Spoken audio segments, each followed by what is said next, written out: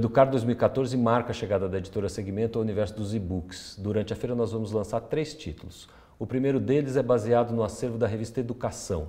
O e-book Cinema e Educação, 200 filmes sobre a escola e a vida, reúne artigos que eu escrevi ao longo de mais ou menos 17 anos para a revista Educação. A coluna de cinema da revista foi criada com o objetivo de falar a respeito de filmes para educadores, mas não só a respeito de filmes que tratem da escola e de processos de ensino e de aprendizagem. Também era o objetivo falar a respeito de filmes sobre infância, sobre adolescência, sobre juventude, sobre relações pessoais, sobre conhecimento, processos de difusão do conhecimento, enfim, temas que interessassem de maneira geral a educadores, não só por causa do eventual uso pontual em algumas disciplinas escolares.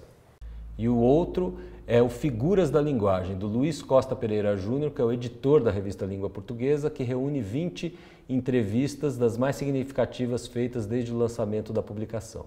O livro Figuras da Linguagem reúne algumas das mais significativas entrevistas que eu fiz para a revista Língua Portuguesa.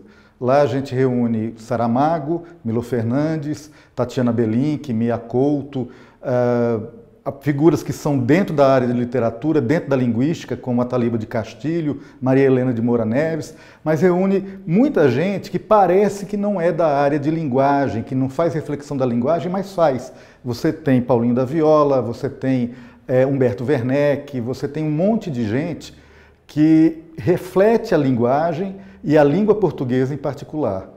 O terceiro é o Filosofia e Linguagem, do Jean Lauan, que é professor da Faculdade de Educação da Universidade de São Paulo e também colaborador da revista Língua desde o seu primeiro número. O filósofo Jean Lauan é professor da USP e colunista da revista Língua Portuguesa.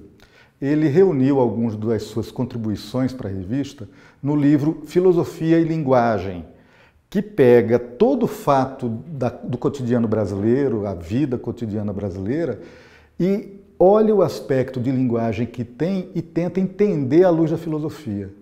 É muito interessante o livro. Ele consegue, a partir de coisas muito concretas, esclarecer, usando desde filósofos como Tomás de Aquino a Julián Marías, por exemplo, e analisar isso e nos trazer uma percepção que a gente não tem necessariamente de ter quando pensa os fatos do cotidiano. Durante a feira, a Segmento vai promover bate-papo com esses 3 autores no seu stand. Esses bate-papos vão ser abertos ao público e você é um dos nossos convidados. Confira a programação no nosso site.